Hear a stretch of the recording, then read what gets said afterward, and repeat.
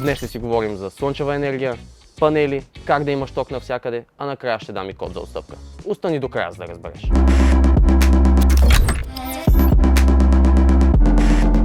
Както знаете, EcoFlow ми е от любимите марки. Не само заради издръжливостта, не само заради дизайна, а наистина заради възможностите, които имат, заради изключителното разнообразие и точно това, което ти трябва на теб, можеш да си го купиш във всякакви варианти. Днес ще ви говоря за River 2 Max, който е с нов дизайн, който е с изключителни възможности и, разбира се, ще ви покажа готиния панел. Преди съм ви говорил за панели, но този е различен, може да се свърже с EcoFlow. Слънцето ти дава една безкрайна енергия, ако искаш да си независим. Много малко хора от нас могат да бъдат независими. Панела и този звяр ти дава тази възможност. River 2 Max. Както помните, стария модел имаше дръжка отгоре. Този вече е с друг изчистен дизайн. Отгоре можеш примерно да си нарежеш луканка, можеш да сложиш буца сирене, като чиника си. А разбира се, можеш и да стакнеш няколко един върху друг. Т.е. можеш да ги сложиш, да си наредиш куличка и да знаеш, че имаш безкрайна енергия. Особено с панела, който ще покажа после. 512 Вт часа и Peak Performance от 1000 Вт с X-Boost.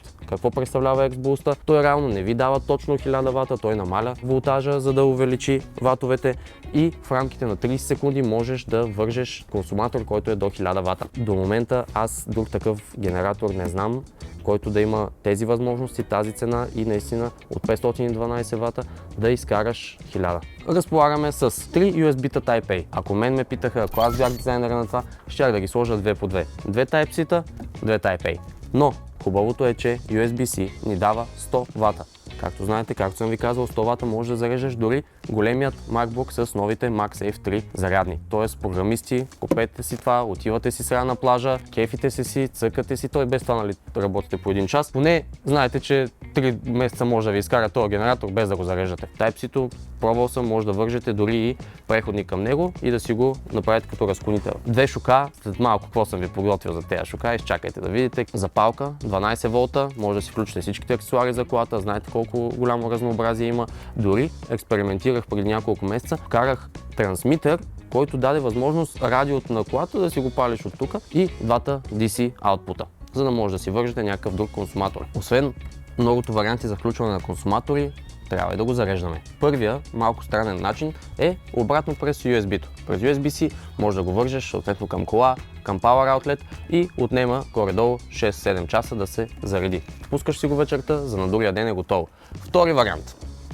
Включваш отзаде към захранващия кабел. Хубавото е, че такива захранващи кабели има навсякъде. Има, разбира се, и включат в комплекта за 1 час. 660 Вт консумация, за 1 час го зареждаш до 100% от стената. Има и вариант, разбира се, към това голямо момче, който е панела. Не на последно място, с този кабел от запалката на колата между 3 и 6 часа, зависи дали е на 0, зависи как е използван и зависи, разбира се, каква ви е колата, както съм ви показал в предното видео. Ако не сте го изгледали още, може да го видите, тук отгоре ще излезе, можеш да го вържеш към телефона си. От приложението, без да трябва да сме до него, може да сме го сложили настрани някъде. Стоите, гледате си, имам ли ток, нямам ли ток, зарежда ли се слънцето, като светне повече, гледаш колко ток влиза в него и колко се зарежда.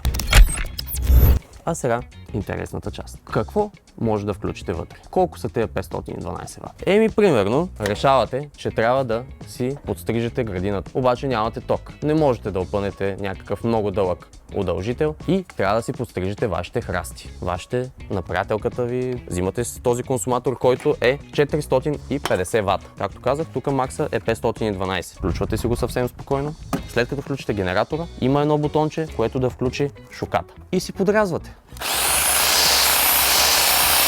Обаче, вашия приятел Георги е решил, че и той иска да работи с вас. Вие докато си подкастрате храста, той трябва примерно да завива нещо, трябва му агошлаев, трябва му някаква бормашина, която не е на батерия. Идва той и ви казва: аз мога ли да си включа това нещо, моята макитка, към твоя генератор? И ти му казваш: как да не може, бе? Това е EcoFlow. И включвате макитата към EcoFlow.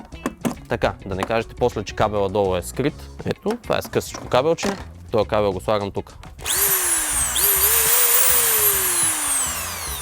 И работят. Тук викам моя колега пък, който не се казва Георгия Пламен, да ми помогне и да работим и с двата инструмента едновременно. Ти си избери. Не, аз. Добре. И сега да видим, може ли и двете.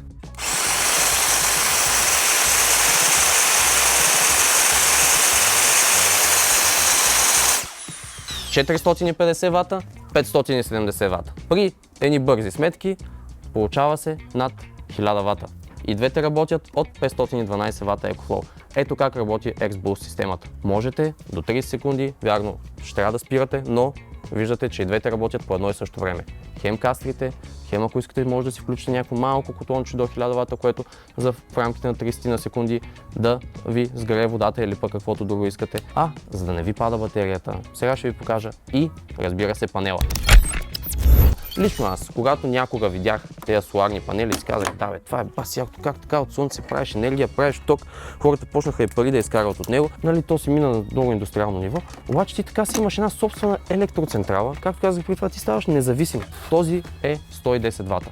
Има и повече, 120, 160, разгледайте ги в сайта ни DICE.BG и не забравяйте да използвате кода DICETUBE. Ползвате кода и на някои от продуктите имате отстъпка. Пробвайте за да видите на кои. Много важно нещо, за да свържете панела към генератора, ви трябва ето този кабел. Тук се изписва името му, защото вече го забравих и по този начин можете да ги свържете. Също така има кабел, с който да свържете няколко панела паралелно. Лично аз за първи път, когато го използвах, не успях много лесно да го разбера. Сега ви показвам как се сглобява тази чанта като стойка. Хубавото е, че не носите отделна стойка, а чантата си е стойка и как се разгъва панела. Първо най-важно е да си направите място. Отваряте и отваряте и отваряте. Взимате си много яките карабинери. Аз лично много им се впечатлявам. И нещо много важно, което пропуснах. Докато използвате консуматорите, отпред на дисплейчето ви показва абсолютно всичко нужно. Имате колко вата консумирате, имате колко процента ви остават и най-важното, колко време при тази консумация ще продължите да имате енергия. Лично това за мен е много важно, защото можеш да си изчислиш, окей, аз ще си вържа котлончето, това котлонче на мен ще ми даде 25 минути. И смяташ 25 минути, добре, ще го изключа след 6 минути, ще ми заври водата, ми остават още толкова време да си включа нещо друго, което ще ми продължи 40 минути. И не забравяме, тази цялата информация можем да я имаме и в приложението. Връзваме си го и то ни показва всичките данни. Я направо сега ще ви покажа как. Ако нямате интернет мрежа към която да го вържете, т.е. сте някъде навънка, use without интернет. И ето, дава ни колко ток имаме и колко време ще можем да го ползваме. Включваме и консуматор.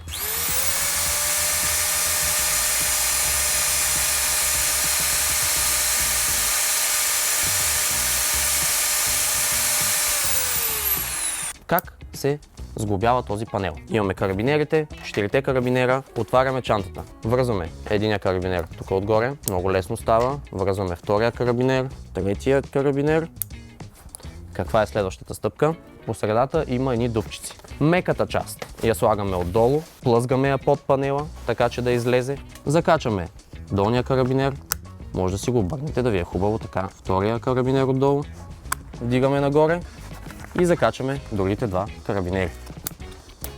И както виждате, панелът вече стои. От ципа на чантата, спрямо колко сте го закопчали, зависи дали той ще бъде вдигнат или свален. За да имате максимално много енергия, насочвате директно към слънцето. И следващата много важна стъпка. Да го включим към генератора. Виждате къде са краищата на кабела. Единия край е плюс, а другият минус. Можете ли да предположите кой е плюс и кой е минус? Черният е минус, а червеният е плюс. Само за да мога да ви го покажа по-добре, откачам сега.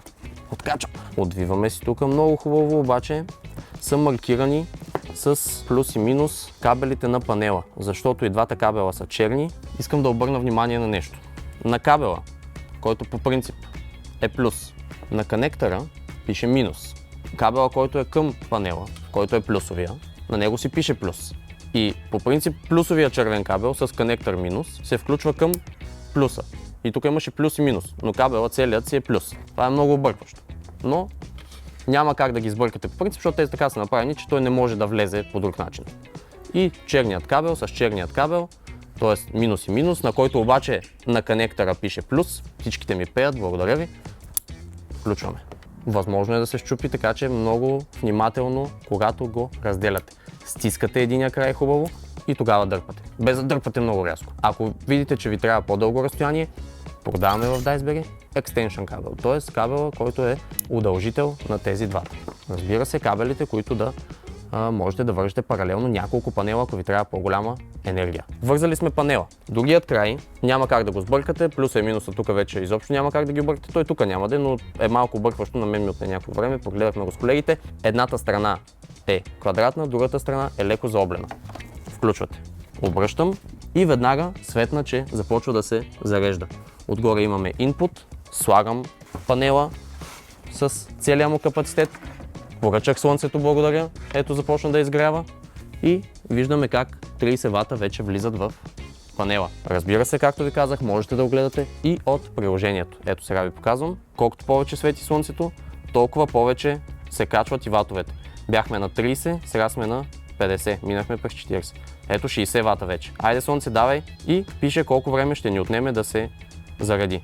Ето виждаме в различните варианти за зареждане, дали ще е през AC, т.е. през стена и захранващ кабел, дали ще е с соларна енергия или USB-C. Максималният капацитет на този панел, т.е. силата, с която той може да зарежда, е 110 вата. Ако искате по-големи панели, може да ги намерите при нас. Ако искате по-голяма мощ, може да комбинирате няколко панела.